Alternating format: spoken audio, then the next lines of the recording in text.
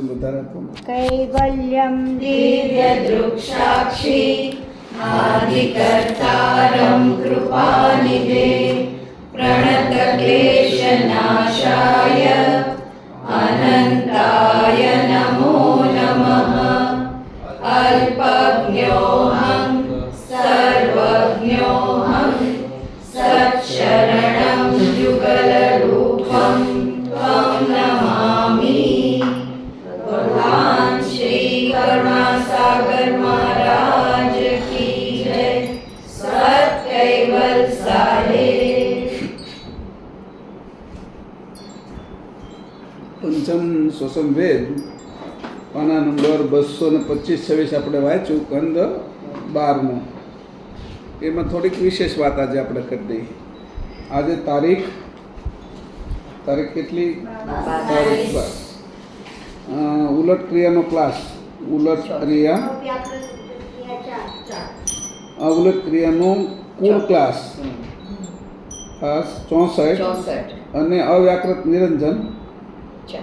નિરંજનનો ચોથો ક્લાસ. બરાબર. આજની તારીખ છે એ 22/7/2025 અને મંગળવાર. માસીના ઘરે કોપરસ્ટોન. એટલે આપણે ધ્યાનમાં રહે ક્યાં શું છે. આ દરવાજો કોઈ આવવાનું છે કે હવે બંધ કરી દેવો છે?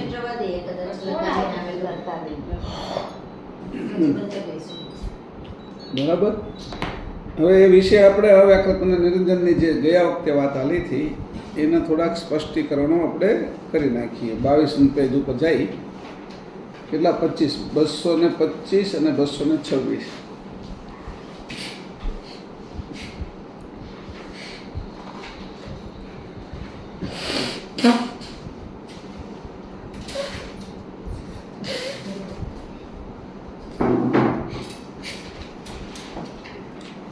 એકવાર એમાં આપણે 3 વસ્તુ કાઢી હતી. નિરંજન અને અવ્યાકૃતમાં 3 વસ્તુને આપણે તારવી હતી ગયા વખતે, કે નિરંજન અને અવ્યાકૃતની અંદર એના ભાગો ધારો કે 225 અને 26. તો એમાં આપણે નક્કી કર્યું હતું. કોઈ બહાર આવ્યું છે?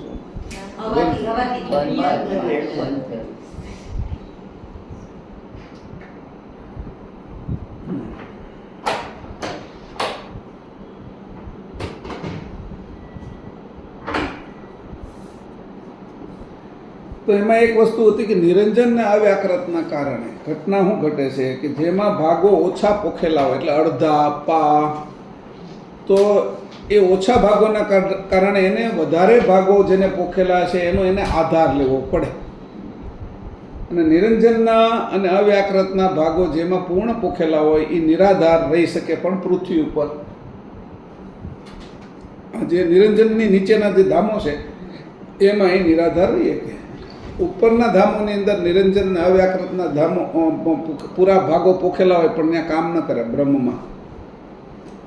બ્રહ્મની ઉપર જે અલેખધામ, અચ્યુતધામ, અજરધામ, શૂન્ય શિખર, મહાશૂન્ય, અમિત, એમાં કોઈ કામ ન કરે આ ભાગો. કારણ કે ત્યાં નિરંજનના 72 તત્વોવાળા જઈ નથી શકતા. એટલે પહેલી વસ્તુ થઈ કે આ બધું નિરંજનની નીચે માટેની વાત છે. 72 તત્વમાંની ઘટના છે. એટલે એને પહેલી એ નિરાધાર નથી રહેતા, તો પણ કે આ નીચેના નિરાધાર રહેશે તો નીચેના પક્ષમાં, અને નિરાધાર નથી રહેતા તો નીચેના પક્ષમાં. હવે કીધું એનું આયુષ પણ છે એ ટૂંકું હોય છે. તો આયુષ એટલે ઘાટ વિશેની આયુષની વાત કરી. પરમકારણ દેહ સુધીના આયુષની વાત છે. ઉપરના જે પ્રણવ દેહ છે અને અંકુરી દેહ છે એના માટેની આ વાત નથી, કારણ કે એ નિરંજન ઉપરના પ્રદેશો છે. પછી ત્રીજી વાત કરી કે એમાં સ્ફૂર્ણા વિશેષ હોય છે. 3 વાત કે સ્ફૂર્ણા એટલે એની જાગૃતિ વધારે હોય, પણ જાગૃતિ અંશ જેવી નહીં. અથવા બ્રહ્મજ્ઞાની થયા છે એટલી જાગૃતિ નહીં. બ્રહ્મજ્ઞાનીની જાગૃતિ વધારે હોય છે નિરંજન કરતા. એટલે એની જે આ પ્રદેશની જાગૃતિ, એટલે સગુણમાં મોટી જાગૃતિ સ્ફૂર્ણા, એ નિરંજનના અવ્યાકૃતના ભાગો વધારે જેટલા પોખેલા હોય અથવા એ પોતે થઈ ગયા હોય તેની વધારે હોય. પણ અંશના પક્ષની અંદર આને આપણે કાંઈ ગણશું નહીં. એટલે પાછું એવું થઈ જાય છે કે તો અંશનો પક્ષ તો હજી આગળ એને અલગ જ રાખ્યો છે. અને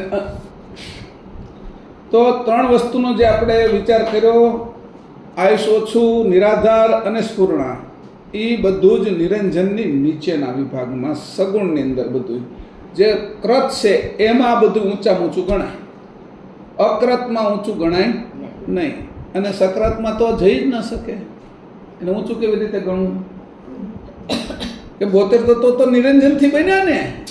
તમે ઉપર જાઓ પ્રકાશ બ્રહ્મવૃત્તિ ને સંજંભોગ વૃત્તિ, તો અને તો એ તો કર્તાની નજીક થાય અથવા બ્રહ્મની નજીક થાય, એટલે ત્યાં કામ આકર્ષણ અથવા ઉર્જા ત્યાં કામ લાગતી નથી.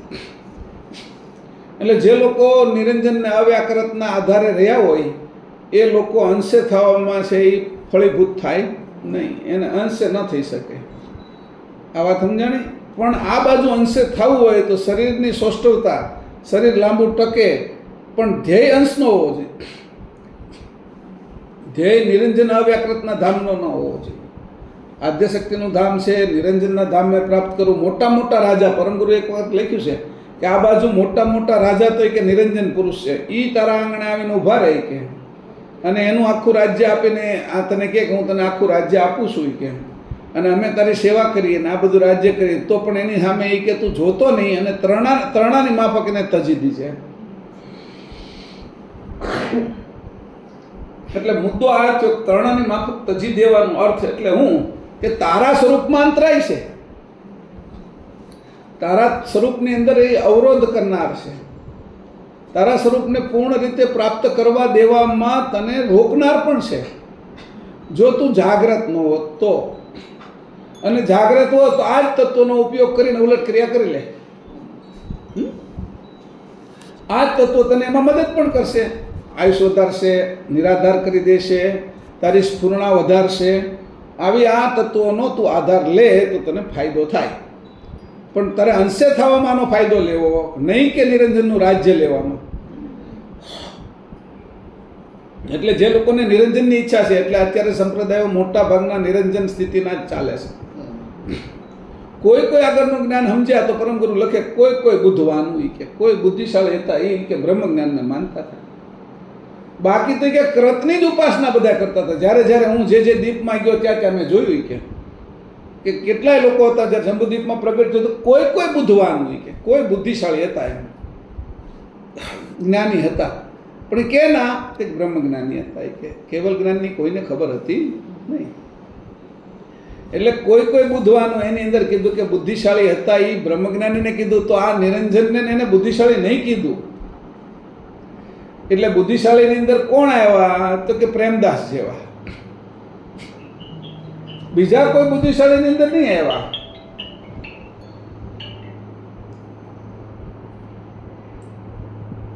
બીજા કોઈ બુદ્ધિશાળીની અંદર આવ્યા નહીં. સમજાણું? આ બધા બુદ્ધિશાળીની અંદર આવ્યા. તો એ જે હતા તો એવા કેટલા બ્રહ્મજ્ઞાનીઓ જ્યારે જંબુદ્વીપમાં આવ્યા તો એ આંગળીના વેઢે ગણાય એટલા. કોઈ નિરંજન નતા. આજે તે કેટલાય સંપ્રદાય હાલે કે તો બીજ માર્ગના હાલે, નિર્વાણના હાલે. થોડીક આમ લઈ લે બસ. આજે જે સંપ્રદાય હાલે છે તો કે નિર્વાણમાં, જૈન સંપ્રદાય, બુદ્ધ સંપ્રદાય નિર્વાણને માને. એ નિરંજનનો જ વ્યાપક સ્વરૂપ છે. નિર્વાણ એટલે આકાશ તત્વ. એવી રીતે નિરંજનને માનવાવાળા સંપ્રદાયોમાં બ્રહ્મકુમારી છે, પછી રામદેવ પીરને માનવાવાળા લોકો છે, અને રામ અને કૃષ્ણને માનવાવાળા એ તે નિરંજનના જ છે. પછી નિરંજનને માનવાવાળા તો કે આખો સંપ્રદાય એટલે મુસ્લિમ સંપ્રદાય આખો નિરંજનને જ માને છે. હુરમાં છે એ આદ્યશક્તિ છે, અને એની બહારથી કોઈ બોલે છે એ નિરંજન પુરુષ છે. પડદો હુરમાએ કર્યો છે એમ કરીને લખ્યું. પાછળથી કોણ બોલે છે એ ખબર નથી કે, પણ એ નિરંજન પુરુષનું તે જે કહેવાનું છે એ હુરમાં કહે છે, એટલે એમાં ભ્રમિત થઈ જાય છે કે બધા. તો કે એટલા સુધી તો તમે એનો વિચાર કરતા હોય કે આ નિરંજનની ઉપાસના કરનારા લોકો છે કે, અને નિરંજનમાં બધા તત્વો મહત્વના છે, પણ પરમગુરુ કહે છે કે મારામાં આ તત્વો છે એ કોઈ મહત્વના કારણ નથી. અને છતાંય જો અંશે થયો હોય કોઈ અથવા અંશે થવાની જેની તાલાવેલી છે એને આ બધા તત્વો કામ લાગે. એ તત્વોનો ઉપયોગ કરે, તત્વો એનો ઉપયોગ ન કરે. અંશે જે થવાનો છે અથવા અંશે થઈ રહ્યો છે અથવા પરમગુરુના શરણમાં ગયો છે, કૈવલ્યકર્તાને માનવા લાગ્યો છે, એને પછી તત્વો છે એ નડતા નથી. તત્વનો એ ઉપયોગ કરે છે, તત્વ એનો ઉપયોગ નથી કરતો, એને આધીન નથી રાખી શકતું, કારણ કે પરમગુરુના આશ્રિત થઈ ગયા છે. આપણે આપણી ચેતન ઉપાસના છે. એટલે અહીંયા આટલું સમજીને પછી આપણે વાંચી 254 પાનું, પરમગુરુ કારણ દેહનું બંધારણ, પરમ કારણ દેહનું બંધારણ, 13મો ખંડ.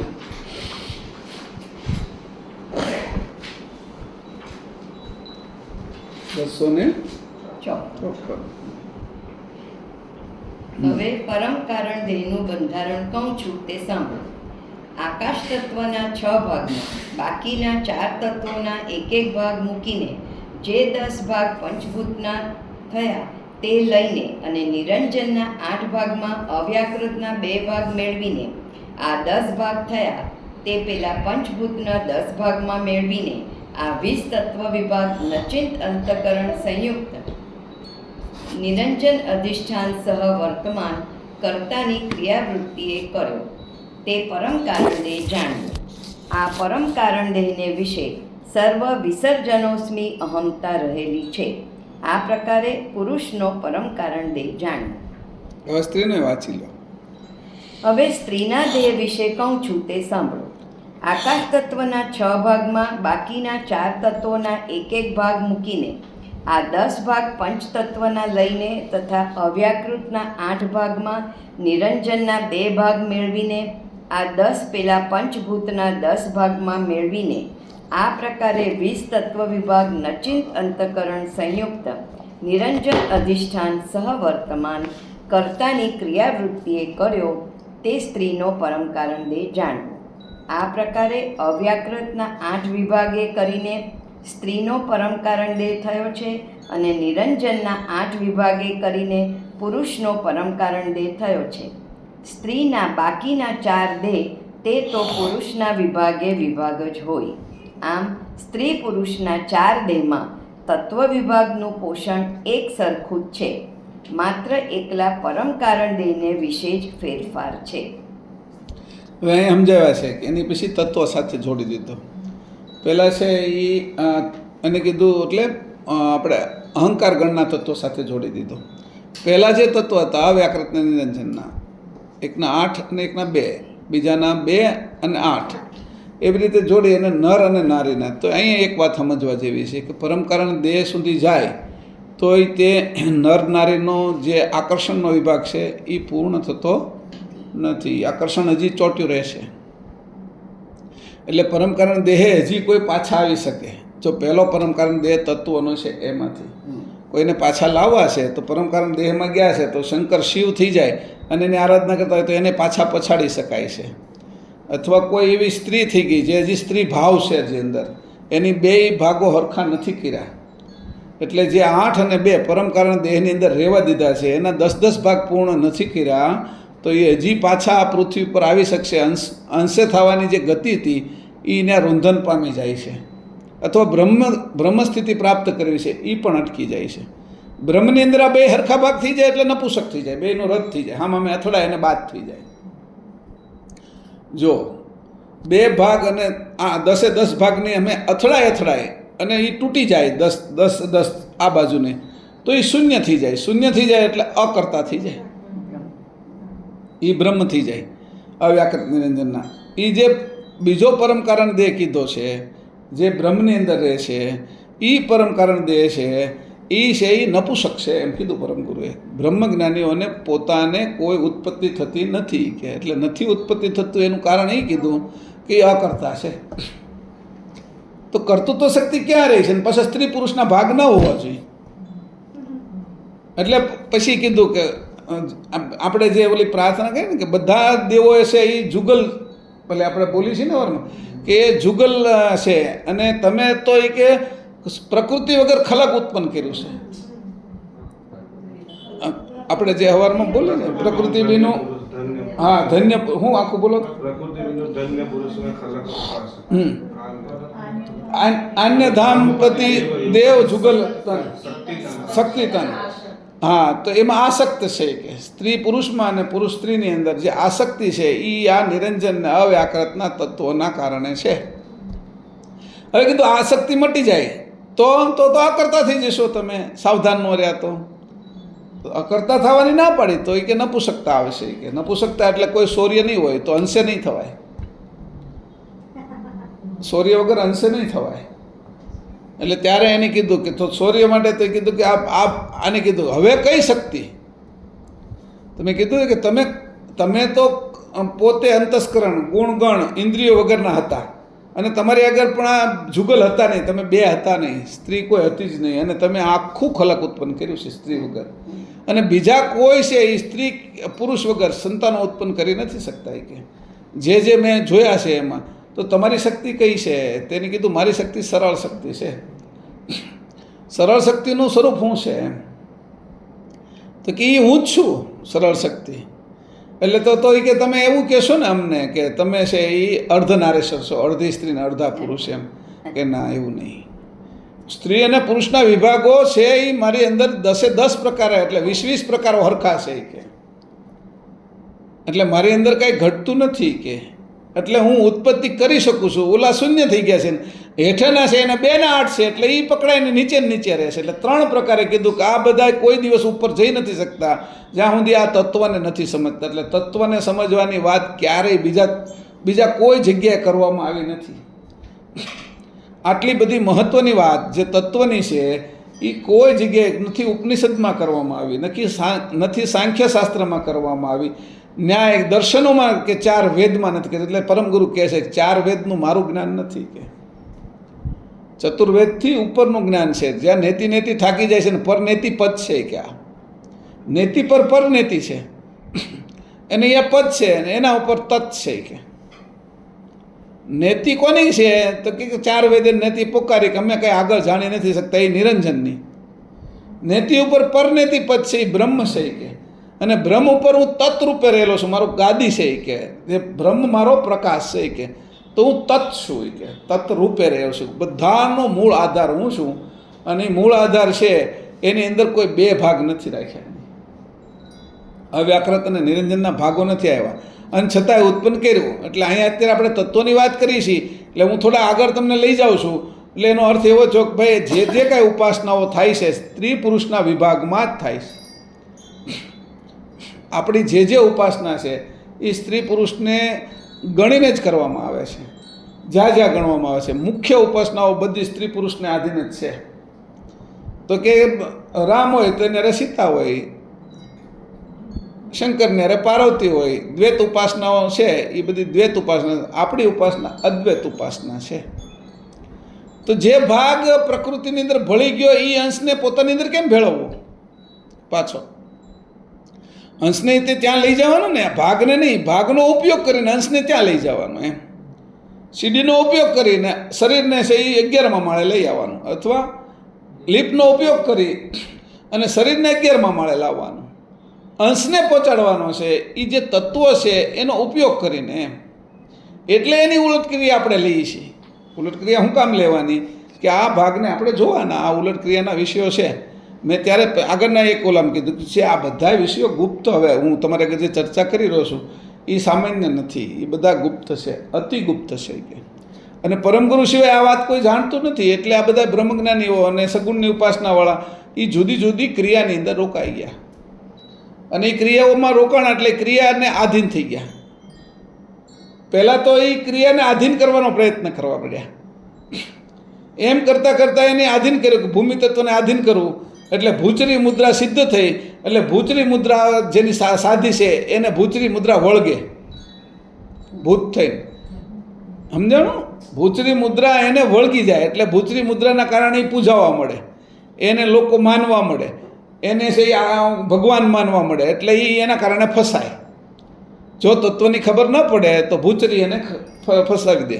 અષ્ટસિદ્ધિ નવનિધિમાં અણીમાં નાનામાં નાનું થઈ જવું, લઘુમાં પછી ગરીમાં મોટું થઈ જવું, એવી જે અષ્ટસિદ્ધિ નવનિધિની જે નિધિ આવે પહેલાં શરૂઆતમાં એને આધીન કરવાનો પ્રયત્ન કરે આધીન કરતાં કરતાં એક સમય એવો આવે કે એને આધીન થઈ જાય.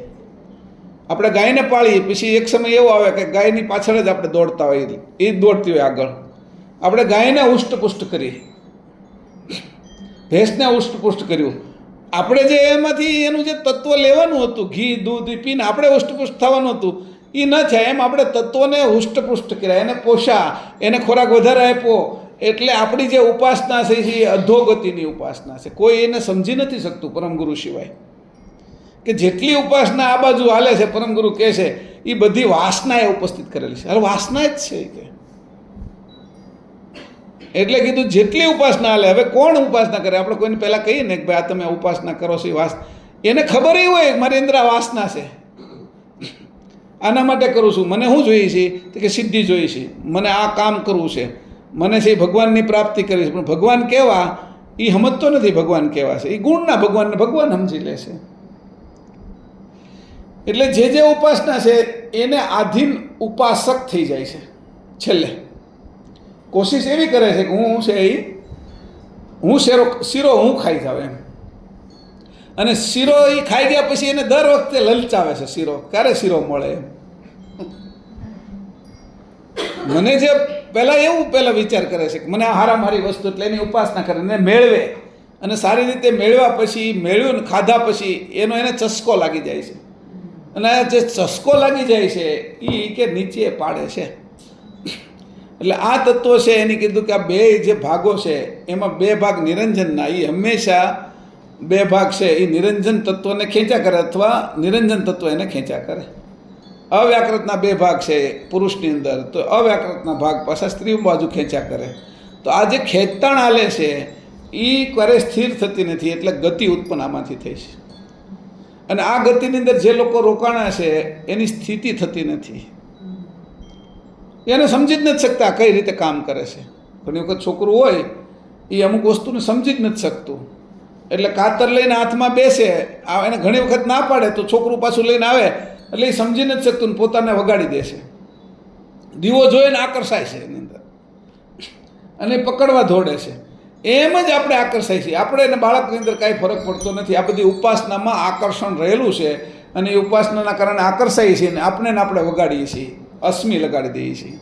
લોકો માને છે અને માને છે એ જ પાડવાવાળું છે. અત્યારે આપણે આ બધું આપણે જે પ્રસંગ કરીએ એટલે હવે ખજૂરીમાંથી ત્યાં આવવા મળે, ઓલે પણ ત્યાં આવે, અમેરિકાથી આવવા મળે, બધું થઈ જાય. એટલે નક્કી થઈ ગયું કે હવે છે એ આપણી અધોગતિ. પણ અધોગતિ એટલે ધ્યાન રાખવું પડે કે ભાઈ આપણે કેટલું કરવાનું આમાં, આપણો શું વિષય કે.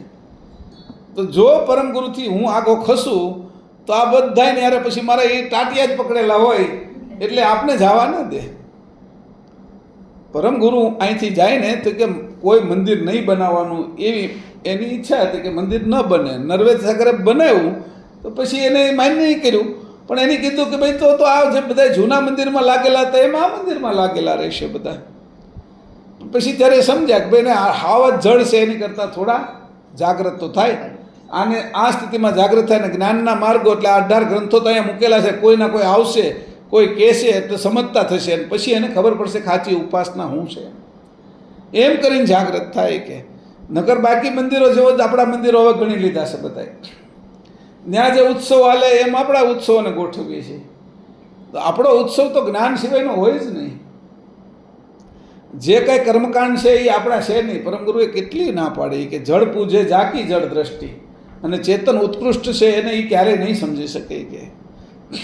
તો ચેતનની ભક્તિ કરવા માટે કીધું છે કે જે આ જે તત્વો છે એ નિરંજનને અવ્યાકૃતના તત્વો એ ચેતનમાં આવતા નથી, પણ એમાં અંશ રહેલો છે. હવે પાછી કીધું કે તમારે એને જ્યારે માનવાના છે, એ તત્વોનો ઉપયોગ કરવો છે, તો એમાં જે અંશ રહ્યો છે એને જુઓ તમે. મૂર્તિને આપણે પૂજા કરતા હોય તો પૂજા મૂર્તિ નથી કરતા, મૂર્તિ બનાવનારો કેવો હશે. એટલે એની બુદ્ધિ ઉપર ગયા. એની બુદ્ધિ કેવી છે, એને પરમગુરુએ કેવી બુદ્ધિ આપી કે આવા આંખોનું કાન એટલે તરત પરમગુરુ પકડાઈ ગયા. આપણે ગમે નથી પરમગુરુને આંગળી પકડી લેવાની. ઉલટ ક્રિયાનો અર્થ જ આ છે. નિરંજન આવા બનાવવો હોય, એની અંદર અંશ મૂક્યો છે, અંશ કેવો, ઓહો આવો અંશ પરમગુરુ બનાવે એમ કરીને પરમગુરુ આગળ વયા જવાનું. હવે કેવલ કર્તામાંથી અંશ બને એટલે આપણી ઉલટ ક્રિયા આખી શરૂ. નકર શું થાય છે કે આપણે એની વિભૂતિની અંદર અંજાઈ જઈએ છીએ. કોઈ વ્યક્તિને જ્યારે માનીએ છીએ ત્યારે જો એને માનવામાં વિભૂતિની અંદર અંજાઈ નહીં તો વિભૂતિ તેની આપણે કામમાં લાગે, પણ વિશેષ કામમાં એનો અંશ લાગે. આપણે કોઈ પણ છે એનો અંશ લાગે. આપણે શંકરની અંદર અંશ તો કેવલ કોનો? કૈવલ કરતાનો. વિષ્ણુની અંદર અંશ કોનો? તો કૈવલ કરતાનો. નકર વિષ્ણુ ક્યાંથી હોય? હનુમાનની અંદર અંશ કોનો? કૈવલ કરતાનો. ચેતન અંશ સિવાય કીડીથી લઈને ક્યાંય સુધી કેવલ કરતાના અંશ વગર કોઈ ચેતન થતું નથી. એટલા માટે હું આ જેની મૂર્તિ પ્રતિષ્ઠા કરી છે એ પ્રતિષ્ઠા કરનાર જે લોકો છે એની અંદર એ ચેતન અંશ તો કેવલ કરતાનો જ છે ને. એટલે પ્રીતિ મને કેવલ કરતા મૂર્તિ ઉપરથી મને એના અંશ ઉપર વહી ગઈ અને અંશ ઉપરથી કેવલ કરતા ઉપર વહી ગઈ. દ્રષ્ટિ જ ક્યાંય રોકાતી નથી, વિલંબતી નથી. કે ક્યાં હતી કે આવામાં કોઈ જગ્યાએ અટકતી નથી. વિલંબી જવું, અટકાવી જવું, રોકાઈ જવું એવી મારી દ્રષ્ટિ હવે ક્યાંય રોકાતી નથી. ભલે ને ગમે એટલા વાઘા પહેર્યા હોય, હોનાની મૂર્તિ બનાવી હોય, એની આંખ બહુ સારી હોય, એનું મોઢું બહુ ચમકતું હોય, આપણે સામે દાંત કાઢતું હોય, પણ એની સામે કાંઈ લેવા દેવા નથી વિભૂતિ સામે. મૂળ મારો મુદ્દો એ છે કે આનો બનાવનાર કોણ છે. કે એટલે અંશમાં મારી દ્રષ્ટિ જ અંશની થઈ ગઈ છે. એટલે હવે મારી દ્રષ્ટિ ચર્મ દ્રષ્ટિ, દિવ્ય દ્રષ્ટિ, જ્ઞાન દ્રષ્ટિ નથી રહી, ચેતન દ્રષ્ટિ થઈ ગઈ છે. એટલે હવે હું જેની હારે જોઉં છું, વર્તન કરું છું, એનો હું ચેતન અંશ તરીકે જોવા મળ્યો છું અથવા જોવા મળી છું. તો એ જ્યારે હું જોઉં છું ત્યારે આ જે ભાગો છે એ મને કામ કેમ કરે. એટલે હવે મારે એની ગતિ કામ લેવું છે. હવે મારે એને કથી મારે આ આયુષ લાંબુ થાય એના માટે એ તત્વો વધારવા છે નિરંજનના વ્યાકૃતના. શું કામ? અંશે રહેવા માટે સ્ફુરણા વધારવી છે, જાગૃતિ વધારવી. હવે 5 કલાક 8 કલાક હૂતો તો એને બદલે 5 કલાક હું, 2 કલાક હું તો એ મારી ઊંઘ પૂરી થઈ જાય. સ્ફુરણા વધારવીશ મારે અને જાગૃતિ વધારવીશ. કારણ કે જાગૃતિ જ અંશ છે. હુઈ જાય છે એ જળ તત્વ છે. એટલે હું હાલતાય તે, ખાતા પીતાય તે, બેસતાય તે હું આરામ લઈ શકવો જોઈએ. જે હુઈ જાય પછી હું આરામ લઉં છું એ હાલતા ચાલતા, ખાતા પીતા, બોલતા, આપણે આ સત્સંગ કરતા તે આપણે આરામમાં જોવા જોઈએ. એમાંથી જ તે આરામ લઈ લેવાનો છે. એ શીખવાનું છે, એ રીત શીખવાની છે. એમ કરતાં કરતાં નિરંજન જેમ થાકતા નથી એમ આપણે થાક ન લાગે. તત્વોને વધારો કરતા જઈએ છીએ આપણે. સ્ફુરણા વધારી, આયુષ વધાર્યું, આધાર વગરના રહ્યા. હવે આપણે આધાર 10 જણાના બની શકીએ પણ બનવું નથી. બનવા જઈશું તો પાછા પૂજાવા મળશું, ત્યાં લોકો માનવા મળશે. 10 જણાના આધાર બનવું નથી પણ સ્વાભાવિક આધાર થઈ ગયા તો એને કાંઈ આપણે રોકવું નથી. આપણે તો પરમ ગુરુ બાજુ જઈએ છીએ. મને પરમ ગુરુ બાજુ લઈ જવામાં મને જે કાંઈક મદદ કરે અને પરમ ગુરુના ચરણમાં સ્થિર કરવામાં મને જે કાંઈ મદદ કરે એ બધાની સાથે મારે સંબંધ રાખવો છે. પણ એને પરમ ગુરુ જેવા મહાન નથી સમજી લેવાના, એ સાધન છે એમ રાખવો છે. ઝારાથી જે ભજીયા તળ્યા એટલે ઝારો મહત્વનો છે એનો અર્થ એવો નથી કે ઝારો ખાવા આપી દેવો. જમવા માટે તો ભજીયા જ આપવા જોઈએ. ઝારો ખવડાવવો નથી કોઈને, એ સ્ટીલનો છે, લોખંડનો છે. તો એ જેમ આપણે વિવેક છે, ઝારો નથી ખવડાવતા, એમ તત્વનો ખોરાક આપણે લેવો જ નથી. આ ઉદાહરણ સામાન્ય આપું છું તમને. પણ તમે જ્યારે તત્વનો ખોરાક લેવા મળશો એનો ઉપયોગ કર્યો તમે, પણ નિરંજનના આધીન નથી થઈ ગયા, અવ્યાકૃતને આધીન નથી થઈ ગયા, ઝારાને આધીન ન થઈ ગયા તમે. ઝારાને વગર હવે હું હુશ નહીં એમ કે, કારણ કે કેમ મારે ગાંઠિયા એની તળી દીધા, પૂરી એની તળી દીધી, ભજીયા એની તળી દીધા, ઝારા વગર હું હુશ નહીં, એને બાજુમાં રાખીશ એમ. એવું એની ભક્તિ નથી કરવાની. એમાં તત્વને સમજીને તત્વનો ઉપયોગ કરવાનો છે, એની કંઈ આપણે ભક્તિ કરવાની નથી. ભક્તિ અને આરત એક જ જગ્યાએ અપાય. જો આરત બીજી જગ્યાએ આપી દઈને તો એટલા ખાંડા રહી, એટલા અધૂરા રહી. આખરી સ્થિતિની અંદર અંશે થયા એવા લોકોની વાત કરું, એવા અંશે થયેલા છે ને એના નીચેના 9 ધામો છે. પણ હજી એની અંદર કોઈ કચાશ રહી ગઈ, અંશે થવામાં ચૂસણી રહી ગઈ, એ એટલા ખાંડા છે. એટલે મૂળ વસ્તુ કેવલ ધામની અંદર એ નથી જઈ શકતા. વચ્ચે જે અરૂઢ શૂન્ય આવે છે 10મું, કુલ જે 12 ધામો પરમ ગુરુ કીધું કે 11 ધામ છોડીને હું અહીંયા નિરંજન ધામમાં આવ્યો તો એ 11 ધામમાં તો અંશો જ રહેશે. કે પણ કેવા અંશો રહે છે એટલે કે બારે બાર ધામની અંદર રહેનારાની બધાની વાત કરું, એમાં જે 10મું અરૂઢ શૂન્ય છે એમાં વસ્તી નથી, ફિલ્ટર રૂપે છે. એવી કોઈ પણ પ્રકારની ચૂસણી જે અંશને રહી ગઈ છે એ નીચેનામાં રહે કે એ બધાના મોટા, એ નિરંજન ઉપરના છે, અનેક નિરંજન બનાવી શકે એવા છે. એ ચૂસણી રઘુરામજી મહારાજને પણ ન રહે એટલે પરમ ગુરુએ એને એમાંથી બહાર કાઢ્યા. એટલે 5 મુદ્રિકાઓ એની મૂકી દીધી. એવા મુદ્રિકાઓ મૂકેલા જ ઉપરના ધામમાં છે, કેવલ ધામમાં. બાકીના જે મુદ્રિકા નથી મૂકી ગઈ એની જો ચૂસણી રહી ગઈ, અંશે થઈ ગયા, અને અંશે થઈ ગયા અને ચૂસણી નથી મૂકી ગયા, એ તો અલેખ ધામમાં, અચ્યુત ધામમાં, અજર ધામમાં, શૂન્ય શિખર, એ બધા ધામોની અંદર 9 ધામોની અંદર એ પડ્યા છે. તો એ ખાંડા રહ્યા, એટલો ભાગ ઓછો રહ્યો. અખંડ વસ્તુ જે કહેવાય કે અલીલ શૂન્ય, અરૂઢ શૂન્યની ઉપર અલીલ શૂન્ય અને એના ઉપર કેવલ ધામ. તો કેવલ ધામની અંદર જાતા એ બધા જ અટવાઈ ગયા.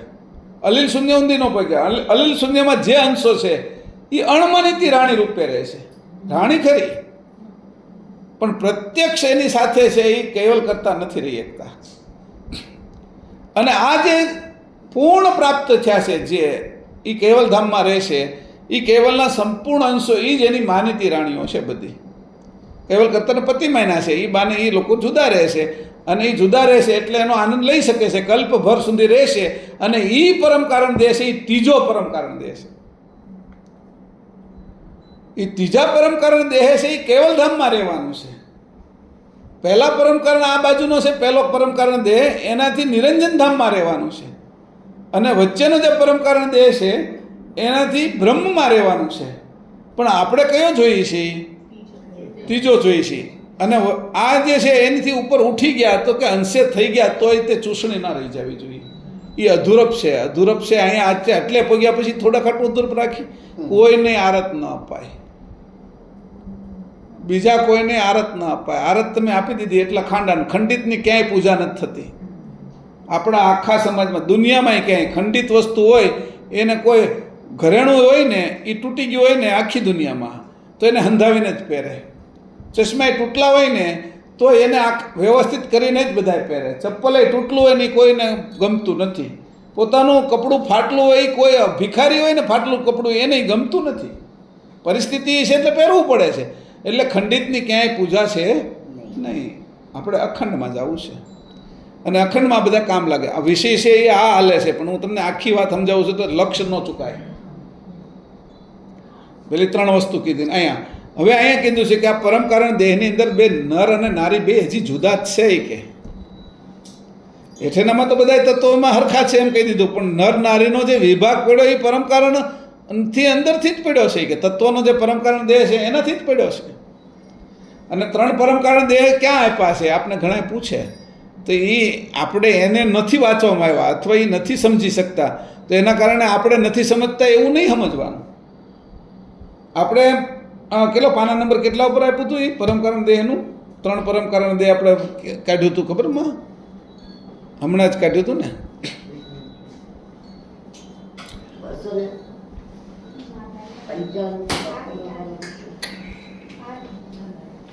નહીં હે 391 પેજ ઉપર છે એ 3 પરમ કારણ દેહનું આપ્યું છે. એકવાર હજી જોઈ લઈએ આપણે એટલે ખબર પડે કે આજે જે ચર્ચા કરી છે એની અંદર આ નિરંજનનો પરમ કારણ દેહ નથી કહેતા. કેટલા? 391. હવે 391 ઉપર જોઈ લો.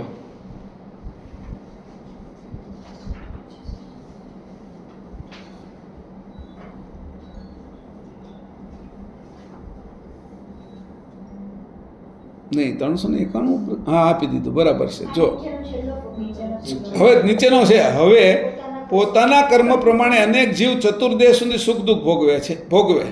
4 દેહની વાત કરી, સુખ દુઃખ ભોગવે. પણ પરમ કારણ દેહને વિશે સર્વને સુખ જ ભોગવવાનું છે. કયું સુખ? અવ્યાકૃતને નિરંજન જે સુખ ભોગવે છે એનું સુખ ભોગવવાનું. કારણ કે ત્યાં અભિમાન રૂપ નિરંજનનો ભાગ એકલો રહ્યો છે.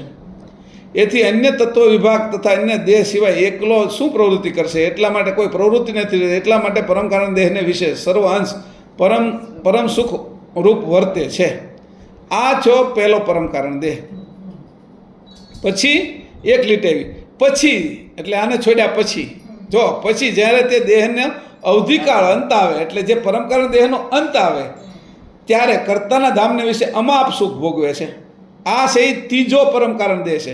હવે પાછો પરમગુરુ કેવી આટી મારી, હવે બીજો છે ને, હવે વચ્ચે હવે જ્યારે પરમકારણ દેહનો ત્યાગ કરે છે એટલે કયો જે તત્વનો છે પહેલો પરમકારણ દેહનો ત્યાગ કરે છે ત્યારે અંશ પરમ પ્રકાશ બ્રહ્મમાં નિવાસ કરે. ત્યાંના વિભાગ જે અહમ એટલે અસ્મિ, અહમ બ્રહ્માસ્મિ ઉભય પ્રકારના આવરણમાં વસીને રહે છે. હવે ઉભય પ્રકારનું આવરણ એટલે હું અસ્મિ અને બ્રહ્મનો પ્રકાશ, એની અંદર જે અસ્મિ લાગ્યો છે એ અહમ બ્રહ્માસ્મિ, એ અહમ અને હું બ્રહ્મ છું એવા બે ઉભય કહેવાય એને, હું અને બ્રહ્મ. બરાબર, એ ઉભય પ્રકારના આવરણોમાં વસીને રહે છે. નિજ સજાણ જાણ અંશ જે દ્રષ્ટિ અને વૃત્તિ તે ઉભય એટલે એની આ પણ દ્રષ્ટિ કઈ તો જે પ્રકાશ છે બ્રહ્મ એ દ્રષ્ટિ અને વૃત્તિ એટલે અસ્મિ, આ અસ્મિવાળી વૃત્તિ અહમ બ્રહ્માસ્મિ એ વૃત્તિ એને લાગી. સમજાણું?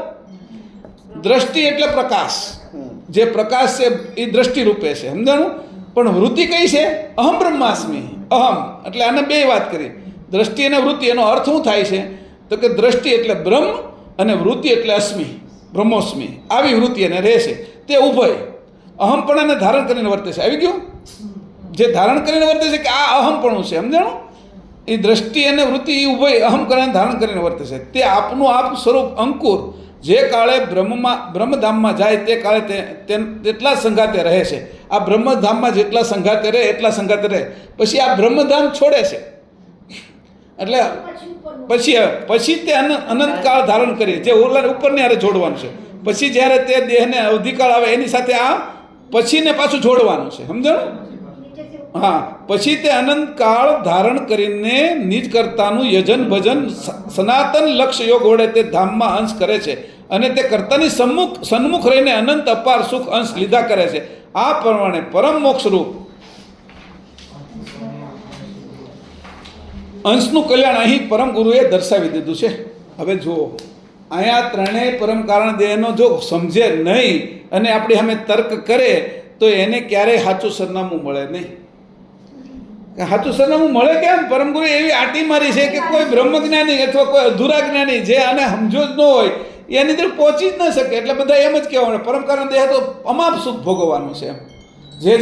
જેની આ 10 વાર વાંચ્યું હોય 25 વાર વાંચ્યું હોય અને એમ સમજે કે અમે જ્ઞાનને પ્રાપ્ત કરી લીધું અને અમે જે પરમકારણ દેહ હતી કે અમાપ સુખ ભોગવવાનું છે. પરમકારણ દેહ એટલે એની પહેલા પરમકારણ દેહ અમાપ સુખ ભોગવવાનું એવું કહી દીધું. ત્યાં નિરંજનનો ભાગ પડ્યો છે એ કે નિરંજનનો ભાગ ગળ્યો નથી. જે આમાં પોખેલું છે એ કે જ છે કે મેં જે પોખણી કરી છે આવ્યા કરતા નિરંજનનો, એ નિરંજનનો ભાગ એને નીચે લઈ આવે છે પાછો. પણ એ કે અને અકર્તા બ્રહ્મમાં નથી જવાનું. ત્યારે કહે છે કે આવી રીતે એ પોતે અંશે થઈને જે પરમકારણ દેહ છે એ જ કેવલધામમાં જાય છે. પછી અંશે થયો અને ચૂસણી રહી એ આ બ્રહ્મધામની અંદર પડેલા અંશો છે. એવું પણ બની શકે કે દ્રષ્ટિ બ્રહ્મની દ્રષ્ટિ નથી, અહમ બ્રહ્માસ્મિ અહમ નથી લાગતો.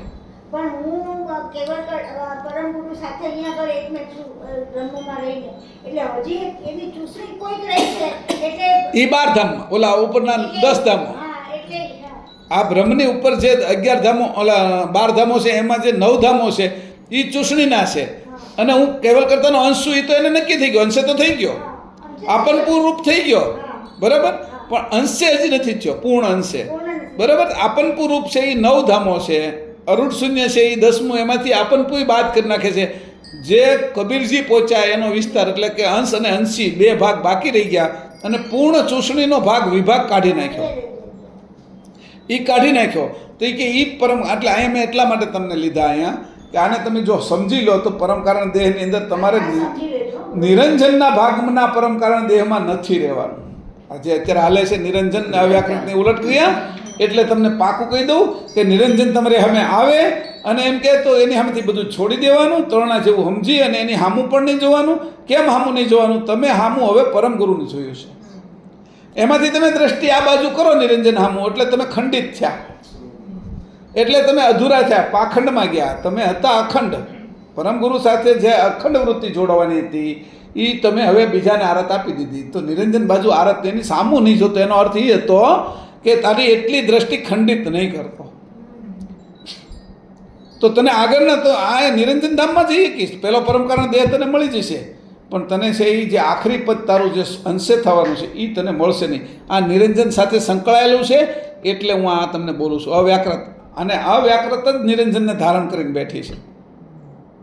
એટલે અવ્યાકૃત જ એને એ બે એકબીજાના આધારે છે. એટલે અવ્યાકૃતની ઉલટ ક્રિયામાં આવી જશે કે ત્યારે તારે સાવધાન રહેવું કે એટલે હું તને આ પરમ કારણ દેહ 3 એટલા માટે અહીંયા સમજાવી દઉં છું કે એની સાથે, કારણ કે જે પ્રકરણ છે એ આપણે વાંચીએ છીએ 254 પાનું, અને એના જે સમજ છે એ તો 392 પાને 91 પાને છે. એટલે ક્યારેક એવું બને કે ગ્રંથ વાંચે એટલે ગ્રંથ વાંચી નાખે, વાંચીને નાખે, વાંચીને સમજણમાં ન લઈ જાય. ગ્રંથ જે સમજણમાં લઈ જવાનો તો ઉપયોગમાં છે, તો મક્કમતા આવી ગઈ કે હવે મારે આ જ જોઈશે, જેના મગજમાં આવી ગઈ. આપણે હજી અવ્યાકૃતની ઉલટ ક્રિયા ચાલતી છે. અવ્યાકૃતમાં જ નિરંજન બે ભેગા છે. હા, એટલે જ હા, એટલે હજી અવ્યાકૃત છૂટી છે, હજી નિરંજનને જુદો રાખ્યો છે. હા, એટલે અવ્યાકૃત, જવાનું ને. હા, અવ્યાકૃત હજી એને ખેંચે છે. હા, હા. એટલે જે અવ્યાકૃત એટલે કોણ, જે સીતાજી હતા તો એની છે એ રામે એનો ત્યાગ કર્યો, તો સીતાજી નથી જઈ શકતા એટલે રામે નો જઈ ક્યાં કે સીતાજી જેવા જળ થઈ ગયા અને ધરતીમાં હમાઈ ગયા એટલે જડતા પ્રાપ્ત કરી લીધી. તો એ અંશે જડતા પ્રાપ્ત કરી લીધી. અત્યારે અંશ ચેતન છે પણ જળ થઈ ગયો અંશ. અત્યારે માની લીધું, અત્યારે હું અંશ છું પણ મેં માની લીધું મહેશ છું. હવે એ જે ભાગ હતો રામનો, તો રામે તે પૂર્ણતાને પ્રાપ્ત ન કરી શકે, અંશે ન થઈ શકે. જે મૂળ ભાગ છે એની અંદર એને હમાવવો પડે. એટલે એ થાય કે આ ઉર્જા છે એ નસીબમાં જાય એટલે એને આનંદમાં મળે કરે, નિરંજનને મળે જ કરે. એટલે એ નિરંજનની સાથે એકરૂપ રહે, હા, અને એકરૂપ રહે એટલે એને અખંડ યોગ થાય. અને એ અખંડ યોગ એ કયો? સમાધિનો. હા, હા, એ જ કહું. અને એ સમાધિની અંદર એ રહે એટલે એનો આનંદ કેવો હોય? એ નિરંજન વ્યાકૃત તો જ બેનો આનંદ છે, બે ભેગા થાય છે. અત્યારે જેમ સ્ત્રી પુરુષ ભેગા થઈને આનંદ લેતા હોય એ રીતે 24 કલાકનો નિરંજનના અવ્યાકૃત આનંદ લેશે. એ આનંદની અંદર એ મશગુલ છે, એ મશગુલતામાં એ પોતે પોતાનું સ્વરૂપ ગુમાવી બેસે છે. આ વાત સમજવાની અહીંયા. પોતે જે ગુમાવે છે ક્યાં? તો કે જે આનંદ અહીંયા નર નારી, કૂતરા બિલાડા, મનુષ્ય પશુ પક્ષી, જે બે સ્ત્રી પુરુષનો ભેગો થવાનો જે આનંદ લેશે ભોગનો, એ જ તે સમાધિની અંદર એ ભોગનો આનંદ લેશે, સૂક્ષ્મ સમાધિમાં. અને એ નિરંતર છે એનો આનંદ લીધા કરે. જ્યાં જ્યાં જીવ માત્ર છે એ કામ કીડા કરતા હોય એનો આનંદ એ લઈ જાય. અને પછી પાછળથી આ લોકો પસ્તાય કે અમે આ કંઈક ગુમાવી દીધું એમ, સમજાણું? તો એ આનંદ લઈને વયા જાય. તે કે એ આનંદ છે એ તો તું ત્યાં જો હમાઈ જા, તો તું આનંદ લેવા જા તો તું સમજી લેજે કે નિરંજન અવ્યાકૃતને વટી નહીં શકે. સમાધિનો આનંદ છે એ સૂક્ષ્મ આનંદ છે, અને સૂક્ષ્મ છે પણ એ અખંડ આનંદ છે. એ અખંડ આનંદ ક્યાં સુધીનો? તો કે નિરંજન સુધીનો. અખંડ આનંદ કીધો પણ પૂર્ણ ચેતન આનંદ નહીં. આટલું પાછું સમજી લીજો. એટલે આખા આ બે વસ્તુ અખંડ આનંદ કીધો પણ કોનો? કે અવ્યાકૃત અને નિરંજનનો અખંડ આનંદ છે. તારો પોતાનો અંશનો અને અંશીનો છે, પૂર્ણ ચેતન આનંદ નહીં. આ વિભાગને બાકીના જીવો શું કરે છે? વિષય આનંદ લેશે. જો તમને એટલે હું એનું દેખાડું તો તમને ખબર પડે કે જે નિરંજન નીચેના, એટલે જે 3 ગુણોની અંદર ફસાણા છે, બ્રહ્મા વિષ્ણુ શંકર સુધી, એની નીચે બધા જુગલ શક્તિવાળા છે. એની પત્ની અને પોતે બે છે. એટલે એ જે આનંદ લે છે એ જુગલ આનંદ લે છે, બેનો આનંદ લે છે.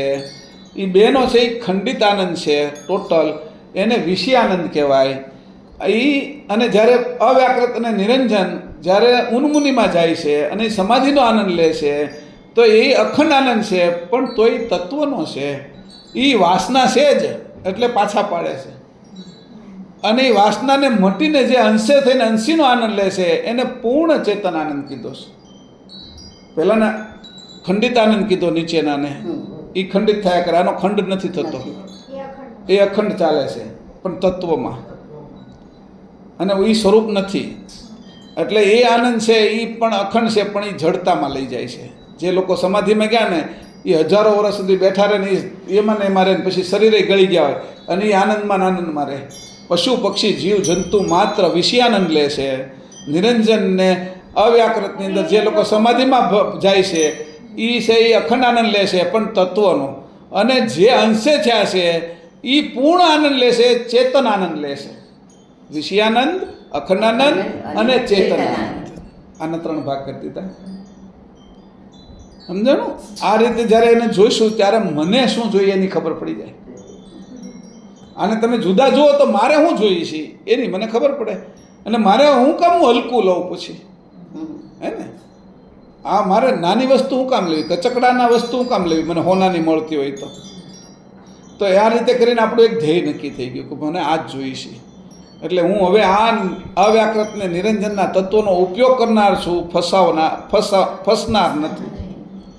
એટલે અહીંયા એક વસ્તુ આજે આપણે અહીંયાથી ઉઠીએ ને ત્યારે એ પાકું થઈ ગયું આપણા માટે કે હવે અમે ફસાવાના ધંધામાં નથી. હવે પાછા હતા ત્યાં જઈએ આપણે 254 ઉપર ફરીથી એકવાર વાંચીએ. હા, હજી એમાંથી ઝીણી વાતો આવશે થોડુંક. હવે પરમ કારણ દેહનું બંધારણ કહું છું તે સાંભળો. આકાશ તત્વના 6 ભાગમાં બાકીના 4 તત્વોના એક ભાગ મૂકીને જે 10 ભાગ પંચભૂતના થયા તે લઈને અને નિરંજનના 8 ભાગમાં અવ્યાકૃતના 2 ભાગ મેળવીને આ 10 ભાગ થયા તે પેલા પંચભૂતના 10 ભાગમાં મેળવીને આ 20 તત્વ વિભાગ નચિંત અંતઃકરણ સંયુક્ત નિરંજન અધિષ્ઠાન સહવર્તમાન કર્તાની ક્રિયાવૃત્તિએ કર્યો તે પરમ કારણ દેહ જાણવો. આ પરમ કારણ દેહને વિશે સર્વ વિસર્જનોસ્મી અહમતા રહેલી છે. આ પ્રકારે પુરુષનો પરમ કારણ દેહ જાણવો. હવે અહીં બીજી વાત આપણે લીધી. ઓલું જે વાત હતી એ આગળ લીધી. હવે કીધું કે આકાશ તત્વના 6 ભાગ છે તત્વ હિસાબે. હવે પહેલા તત્વ હતા અવ્યાકૃતના નિરંજનના, એ 10નો આપણે વહીવટ કરી નાખ્યો. આકાશ તત્વના 6 ભાગ છે એટલે એ ગત આકાશથી છૂટું ન પડવા દે આપણે. આ એ વાત સમજવાની. ગત આકાશમાં આકાશ છે એ બહુ મોટું છે અને આકાશના અંદર મહાન ગુણ. આ બાજુ આકાશ તત્વને જાણવાવાળા કોઈ નથી એવું કીધું. પરમગુરુ એક જગ્યાએ લખ્યું છે આકાશ તત્વ એટલું બધું મહાન છે, આકાશ તત્વ એટલું બધું ગૂઢ અને રહસ્યવાળું છે કે આ બાજુ એ ગત આકાશ તત્વને જાણવાવાળા પણ કોઈ નથી. કે જ્યારે એને 6 ભાગ પોખેલા છે તો એ 6 ભાગનો વહીવટ હું ન કરી શકું, જેમ ઓલા અવ્યાકૃત નિરંજનના વહીવટ ન કરું, પણ આ આકાશ તત્વના જે પરમ કારણ દેહના 6 ભાગનો વહીવટ હું કરું તો જ હું પહેલો પરમ કારણ દેહ છોડી શકું. કારણ કે આકાશ તત્વના 6 ભાગો મારે રદ કરવા પડે અને એની સાથે જે એક ભાગ બાકીના તત્વોનો છે એ તત્વ ભાગને મારે રદ કરવા પડે. અને આ કેના છે આ તત્વ ભાગ? તો એ કે એ અહંકાર ગણના છે. 5 તત્વો કેનાથી ઉત્પન્ન થયા? તો અહંકાર ગણની અંદરથી 5 તત્વો ઉત્પન્ન થયા. આકાશ, વાયુ, અગ્નિ, જળ અને ભૂમિ. અને એની સાથે એની માત્રાએ જન્મી. પણ અહીંયા કીધું આકાશ તત્વનો છે. 6 ભાગ આકાશ તત્વના આપ્યા એટલે 6 ભાગ એને આકાશવત કરી દેશે. એટલે સમાધિમાં લઈ જવા માટેનું કારણ આકાશ તત્વના 6 ભાગ છે. આ વાત સમજો. હવે બીજી રીતે એને કહું છું કે આકાશ તત્વના 6 ભાગ તમે છે ને નિશ્ચિત થઈ જાઓ ને એટલે એમનું પડ્યા જ રહો. ઊભા થવાનું મન જ ન થાય. માને એમાં વહી જાય આકાશ તત્વમાં તો એને એક બબ્બે દી એમનેમ જ રહેવું પડે. આવી રીતે આકાશ તત્વના 6 ભાગની અંદર કૃષ્ણની માન્યતા રાખીને રાધા છે ને અઠવાડિયું 10 દિવસ જળ જેવી થઈ જતી. સમાધિમાં એનો જે આત્મા છે, જે જીવ છે એ કૃષ્ણની આજુબાજુ જ ફરતો હોય. સમજાણું? એ આકાશ તત્વના કારણે એની અંદર રાધાની અંદર જડતા આવી. રાધાની અંદર પ્રેમ લક્ષણા ભક્તિ હતી પણ વસ્તુ સ્થિતિનો મૂળ મુદ્દો નહોતી જાણતી એટલે એ પણ રાધા છે એ નિરંજનની અંદર હજી પડી છે. અને એની સાથે એની સખી એટલે લલિતા હતી. એ રીતે કૃષ્ણ યાદ કરતાં કરતાં 2-3 દિવસ છે એ નચિતમાં વહી જાય, પરમ કારણ દેહની અંદર વહી જાય. અને એ જ્યારે એ લલિતા છે એ આ વખતે જ્યારે મીરા બની, મીરા એ છે લલિતા, સમજાણું? એનું પુસ્તકોમાંય આપ્યું છે કે આ લલિતા છે ને એ જ હતી જે એ જ મીરા બની છે. હવે એનો જે અનુભવ હતો ને એ જ પાછો અહીંયા છે. એ શું કર્યું તો કે એની પાછું મૂર્તિની અંદર એટલી આસક્તિ રાખી તો એ પાછી જળની અંદર સમાઈ ગઈ. મૂર્તિની અંદર જડતા આકાશ તત્વની મોટામાં મોટી છે ભૂમિ કરતા. તે આકાશ તત્વનો ઉન્મની અવસ્થા છે તો કે એ રીતે એમાં સમાઈ ગઈ. એટલે આજે તે મીરા ઊંચામાં ઊંચું સ્થાન મેળવ્યું પણ એ પ્રેમ લક્ષણા ભક્તિ મારો પતિ કૃષ્ણ છે પણ કૃષ્ણ તેની માન્યો કે આ અંશને કૃષ્ણ માન્યો જ નહીં, મૂર્તિ એના રૂપને કૃષ્ણ માન્યો નહીં, મૂર્તિ રૂપને પછી કૃષ્ણ માન્યો, એટલે એ પોતે જડતામાં જ ગઈ. એટલે આવા બધા લોકો મૂળ કેવલને ન પ્રાપ્ત કરીએ કે એટલે પ્રેમદાસને પકડીને એ આવે અને પરમગુરુ આવ્યા હોય ત્યારે એનો ઉદ્ધાર થાય, ત્યાં સુધી એનો ઉદ્ધાર ન થાય. એને ત્યાંથી રેઠે કોણ લાવે? કર્માબાઈ છે, એ લક્ષ્મીબાઈ થઈને આવે છે, તો કર્માબાઈનું તો ઊંચું સ્થાન હતું મીરા કરતા. વાત સમજાય છે તમને? મીરા કરતા ઊંચું સ્થાન કર્માબાઈનું હતું. અને કર્માબાઈ કેવો એને તમે ચરિત્ર સાંભળશો એટલે કર્માબાઈનું ચરિત્ર આખું આવે કે એની સામે તો પ્રત્યક્ષ રૂપેથી કૃષ્ણ દર્શન દેતા હતા, પણ આને તો મૂર્તિની અંદર જ પોતે સમાઈ ગયા છે. એટલે ચિત્તની જ આકાંક્ષા કરીને ચિત્તની જ ભ્રમણાની અંદર સમાય છે. અને ત્યાં સુધી ગયા એટલે નીચેના જે એની વાણી તો થઈ ગઈ પરાત પર આકાશવાણી થઈ ગઈ, એટલે એના ભજનો અમર થઈ ગયા. આકાશવાણીની તો આકાશ તો 6 ભાગ છે જ, અને 6 ભાગ હોવાથી એનું આયુષ્ય લાંબુ રહે. એટલે ભજનો છે એ બધા સાંભળે અને એમાં મશગુલ થઈ જાય અને એ કૃષ્ણની ને મીરાની ને રાધાની ને એની ભક્તિમાં જ લીન રહે. પણ અહીંયા એને અધૂરપ નથી જણાતી. 24 કેરેટ સોનું છે એ 100% સોનું છે, પણ તમે 22 કેરેટ નાખો એટલે બે પોઈન્ટ તો તમે એની અંદર ભેળસેળ કરી જ. 100% સોનું નહીં ગણાય. અંશે એને એ અંશની ખબર નથી, કારણ કે એને પરમ ગુરુ નથી મળ્યા. રાધાને મીરાને પરમ ગુરુ કોઈને એમ કીધું હોય આ વખતે એટલા બધા માને છે ઇસ્કોન વાળાને, તો આપણે બાંધવા પણ મળે.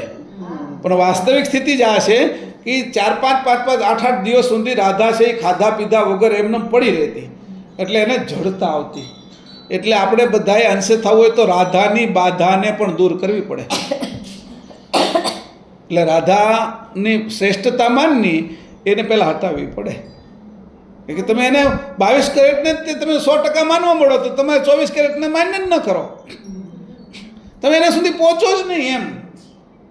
એટલે સોનું તમે પિત્તળ તાંબા નથી માનતા એનો અર્થ એ નથી કે તમે છે એ 100% સોનાને માનો છો. તમે પિત્તળ અને ચાંદીને નથી માનતા, તાંબાને નથી માનતા, એટલે એનો અર્થ એવો નહીં તો 12% તે 12 પોઈન્ટ સોનું હોય, 18 કેરેટ સોનું હોય, 12 કેરેટ સોનું હોય, 20 કેરેટ સોનું હોય, એના દાગીના બને. પણ 24 કેરેટ નથી, તો દાગીના બધા જ બન્યા. પણ આગળ જ્યારે આપણા ભાગી છે કે આ વાત સાંભળીએ છીએ, એટલું યાદ રાખજો, હું તમને આ કહું છું. એટલે રાધાની બાધા એક એને હટાવવી પડે, બીજું રાધાની જડતા એ હટાવવી પડે.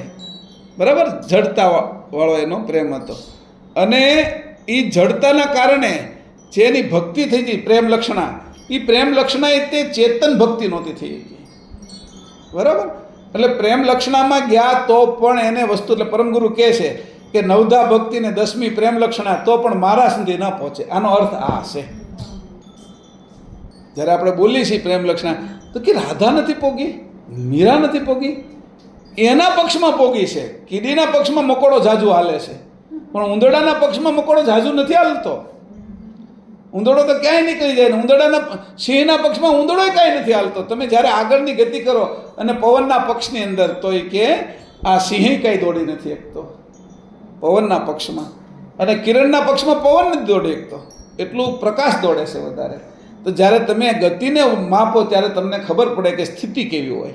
આ બધી ગતિ છે, અને આપણે બધા જે કાંઈ ઉપાસના કરી છે એ સ્થિતિની કરીએ છીએ. ગતિ અને સ્થિતિમાં આ ફરક બતાવ્યો. તો હજી આ બધું ગતિમાં હાલે છે. એટલે મેં કીધું એમ કે ભાઈ આ 6 ભાગો હતા, એનો વહીવટ હજી રાધા નથી કરી શકી, મીરા નથી કરી શકી. કે તત્વના 6 ભાગ છે આકાશ તત્વના, એ આકાશ તત્વના 6 ભાગ ઉન્મુની અવસ્થા લગાડે છે. અને ઉન્મુની અવસ્થા લાગી છે એટલે નચિત અંતસ્કરણ સ્ફુર્યું છે, અને નચિત અંતસ્કરણ ફૂર્યું છે એ તમે પ્રેમ કર્યો તો પણ તમે કોને કર્યો એના આધારિત છે. પ્રેમ તમે કર્યો કોને? જાગૃત હો તો તમને યાદ આવે કે અંશને તમે પ્રેમ કરો. હા, તમે અંશને પ્રેમ કર્યો છો ને. અંશ કેવો છે? કયા અંશને પ્રેમ કર્યો છો તમે? કે જેની અંદર અંશની જાગૃતિ છે એવા અંશને. પાછા બધા અંશો છે. હવે મેં બિલાડીની અંદર અંશ છે, પણ અંશની જાગૃતિ એમાં નથી. એટલે મારે જે કરવાનો છે પરમ ગુરુને પ્રેમ કરવાનો છે, અંશે થઈને કરવાનો છે, અને આ વિષય ઉપર જ મારે આ ઉપાસના કરવાની છે. એટલે હજી આ જે આકાશ તત્વના 6 ભાગ, એ જ રીતે આકાશ તત્વના બીજા 6 ભાગ છે અવ્યાકૃત નિરંજનની અંદર, રહ્યા છે એટલે સ્ત્રી પુરુષના ભાગોને એ આ તત્વ ભાગ છે એ જડ કરી નાખે છે. પહેલું તમને જે સમજાયું એ 3 પરમ કારણ દેહનું સમજાયું, પણ અત્યારે જે સમજાવું છું એની જ વાત છે, એ જ ફકરા વાંચ્યા છે, પણ નજર અત્યારે ફરી ગઈ છે કે આકાશ તત્વ છે એ તમે જ્યાં સુધી નથી છૂટતું ગત આકાશ તત્વ, અરે આકાશ તત્વ એટલું મજબૂત છે કે એની અંદર જ્ઞાનોસ્મી છે, અને જ્ઞાનોસ્મી ક્યારેય એ પાછો ન પડે, એ સામે તર્ક કરે છે. અને અહીંયા છે એ તર્ક વાત નથી આપણી, તર્કવાદી વાત આપણે પાછો કહે છે કે તમે બધા તર્ક કરો છો, આ રાધાનું ને મીરાનું ઉદાહરણ તમે તર્ક કરો. અમે તર્ક નથી કરતા, સમજાવીએ છીએ, સમજવાની કોશિશ છે અમારી. આ તર્ક નથી અમારો, શુદ્ધ ભાવ છે, અંશના ભાવે અમે તર્ક નથી કરતા. અને આ બાકીના લોકો તર્કવાળા થાય છે. એ તર્કવાળા કેવી રીતે થાય છે કે કુતર્ક કરે છે એ લોકો, અને આપણે છે સમજવાનો પ્રયત્ન કરીએ છીએ કે આના કારણે શું થયું. આજે જો પરમગુરુ ન મળે તો રઘુરામજી મહારાજ છે એ જડતાને પ્રાપ્ત કરી લે, સમાધિમાં વયા જાય, અને આ બધા તત્વો છે એને સાધી લીધા છે, એટલે જડતાને પ્રાપ્ત કરી લે ને એ જડતાની અંદરથી અનેક બ્રહ્માંડો એની મેળે ઉત્પન્ન થયા કરે, કારણ કે 5 તત્વો એને આધીન છે, પછી એનો વહીવટ રહે એને. અનેક લોકો સુખી થાય, અનેક લોકો પૈસાવાળા થાય, સિદ્ધિવાળા બધું થાય, એને કર્મ હોતી થાય, તો એ કર્મ જે એને અંતર્ગત થાય. એટલે પરમગુરુએ કીધું કે આ વસ્તુ તને રોકનારી છે એને તું છોડી દે. હવે આ છોડવાનું કીધું તો એ રાધાને ને મીરાને ખબર જ નથી, અને એ બ્રહ્મજ્ઞાની છે. રાધા અને મીરા કરતા ઉપરના બ્રહ્મજ્ઞાની એ તો પ્રેમદાસ છે. પ્રેમદાસ જ્યારે એમ કહે છે કે આનાથી ઉપરની જે વસ્તુ હોય, જે મૂળ મુદ્દો હોય એ અમને શીખવાડો. એટલે પ્રેમદાસની ગતિ ક્યાં હતી અને એ આપણે કેવી રીતે સમજીએ, તો એ કીધું કે જો તત્વ ભાગે તું સમજ અને અવ્યાકૃત નિરંજનના ભાગે સમજ. તત્વ ભાગ એટલે પંચભૂતના તત્વ ભાગ છે એ તને એનાથી ઉપર નહીં જવા દે. કે ગતિ ક્યાં સુધી જાય છે બધી જ, કે આકાશ તત્વની જે ગતિ છે ગત આકાશ તત્વની છે. તું ગતિમાંથી સ્થિતિમાં ન જા તો આ આકાશ તત્વના 6 ભાગ તને છોડે નહીં, તારે સ્થિતિએ થવું પડે. અને સ્થિતિએ થા અને અકર્તા ભાવ ધારણ કરી લે તો તને બીજો પરમ કારણ દેહ ન છોડે. તો તત્વ છોડી દીધા, પણ હજી તે પ્રણવનો જે ભાગ છે, જે સત્વનો ભાગ, એ હજી તું છોડી શક્યો નથી. એટલે ત્યાં પણ રોકાવાનું છે. જાગ્રત રહે તો આકાશ તત્વના 6 ભાગ છૂટીને સીધું વચ્ચે ઉન્મૂળીને જાગ્રતની પેલામાં વચ્ચે આવી જાગ્રત એટલે તત્વનો ઉપયોગ કરવા મળે, અંશે થાય તો. પણ આરત કોને આપે છે એના ઉપર છે. તમને કોણ મદદ કરે? તમારી આરત કોને તમે આપી એ જ તમને મદદ કરે. એ જાગ્રત રહીને તમે આરત છે એ રામને આપી હોય તો કૃષ્ણની મદદ કરે તમને. આપણે લાગે છે હું બોલાવું જિજ્ઞેશને અને મનમાં વિચારું હું ચિરાગ ન કરું તો મને જિજ્ઞેશ જ જવાબ આપશે. હું બોલાવું શિલ્પાને અને મનમાં વિચારું હું છે રેશમા ન કરું, મને જવાબ આપશે શિલ્પા જ તે. એટલે જે હું અંદર વિચારું છું એ બહાર નથી, એટલે મારી અંદર તો હું ચિરાગનો વિચાર હાલે છે અને બોલાવું છું મોઢેથી, તો કે એમાં જ દ્વૈતભાવ છે. આ દ્વૈતભાવ એકતા નથી, અંદર બહાર એકતા નથી. આ અંદર બહાર જે એકતા રહેવી જોઈએ એ જ સંપૂર્ણ એકતા આપણે સંપૂર્ણ એકતા સુધી પહોંચાડે. આ મુદ્દો કીધો પાછો કે જે વસ્તુ મારે જો જિજ્ઞેશને બોલાવો તો જિજ્ઞેશ જ કહેવું પડે. એટલે તમે જે ઉપાસના કરતા એટલે ભટકી કેમ જાય છે બધા લોકો, ભાઈ અમે આ થોડા ખાટું છે ને બધા રાજી કરવા હાટું આ કરીએ છીએ એમ કરીને આપણે કરીએ, સમજાવો. પણ હકીકતમાં જો એની અંદર હું તો ભાઈ રાજી કરવા કરું છું એમ કરીને જો ઉપાસના કરવા મળીએ આપણે અંશે થયા વગર, તો અંશે થયા વગર આ કરીએ ઉપાસના તો પાછા ગયા કામમાંથી. એટલે કે ભાઈ અમે તો આ રાજી કરવા હાટું આ કૃષ્ણને બધા ભેગા થયા ને એટલે હનુમાન ચાલીસા હનુમાનની બોલ્યા કામ, પણ તને ખબર છે અને તું રાજી કરવા જાશો તો તું અંશે થયા વગર જાશો તો તને એ પકડી જ લેશે. કારણ કે 2 ભાગ છે તારી અંદર, દ્વૈત. તું અંદરથી નક્કી કરી નાખે છો કે મારે છે એ શિલ્પાનું કામ નથી, મારે કામ છે રેશમાનું, બોલું છું શિલ્પા. એટલે તને ઠેઠ સુધી નહીં પહોંચવા દે આ વસ્તુ. તારે નક્કી કરવું પડશે, અથવા તારે શિલ્પાને અને રેશમાને એક કરીને બોલવું પડશે, સિરેશ એવી રીતે. એટલે કદાચ એવું થઈ જાય કે એકતા કેવી રીતે, તો પછી દ્વૈત ન રહે, અદ્વૈત થઈ જ જાય. એટલે ત્યારે એ મને અદ્વૈત કરતા આવડે તો એ તો પરમગુરુ સિવાય કોઈને આવડતું નથી. એટલે મારે જે ભાવ રાખવાનો છે જેની અંદર, એ જ ભાવ અંદર હોવો જોઈએ, એ બહાર હોવો જોઈએ. આ વાત સમજી લેજો, અંદર બહાર 2 જુદું ન હોવું જોઈએ. એટલે જે હવે હું ઉપાસના કરવાનો છું એની અંદર ખાસ એ ધ્યાન રાખવાનું કે હું જે અંદર ભાવ મારો છે એ જ ભાવ બહાર પ્રગટ કરી રહ્યો છું, એટલે હું સ્થિર થઈ જાઉં. નકર છે એ આડું ઓળું થઈ જશે પાછું, અંશે નહીં થયા હોય તો. અને પછી પાછા છે એ છોકરો, હું બાપા ગાડી હકાવતા હોય ને તો છોકરાને એમ થાય હું એની જેમ હકાવી લઈશ. એટલે હમણાં કાલે 2-3 જણા કોઈ એના બાપાની જગ્યાએ છોકરો બેન ગાડીનો પેલો કેટલાને ટાળી દીધા. એની છોકરો નાનો હશે, 7-8 વર્ષનો છે, એને આવડી ગયું ઓલું કરતા, ને પછી તો એ કેટલાને ઉડાડી દેશે. એમ આ કરે છે એ કેના માટે કરે છે ને હું કરું છું કેના માટે કરું છું એ બેયની ખબર હોવી જોઈએ. એટલે આવા વિષયની અંદર જોઈને પછી આપણે એકતા કરવાની. આ એકતા છે એ ઠેઠ સુધી કરવાની, તત્વભાગમાં ફસાવાનું નહીં. અને અવ્યક્ત અને નિરંજનના જે ભાગો છે એને કઈ રીતે હરખા કરવા જોઈએ, કઈ રીતે એને લાવવા જોઈએ એ વિચાર કરવો જોઈએ. આ રીતે આજે અવ્યાકૃત અને નિરંજનની તત્વભાગ અને અવ્યાકૃત અને નિરંજનના ભાગની વાત અહીંયા 254 પાનાની આપણે પૂરી કરી. એમાં 391 પાનાનું પણ આપણે અનુસંધાન કર્યું. શ્રીમદ કરુણા સાગર ભગવાન કી જય. સત કેવલ સાહેબ.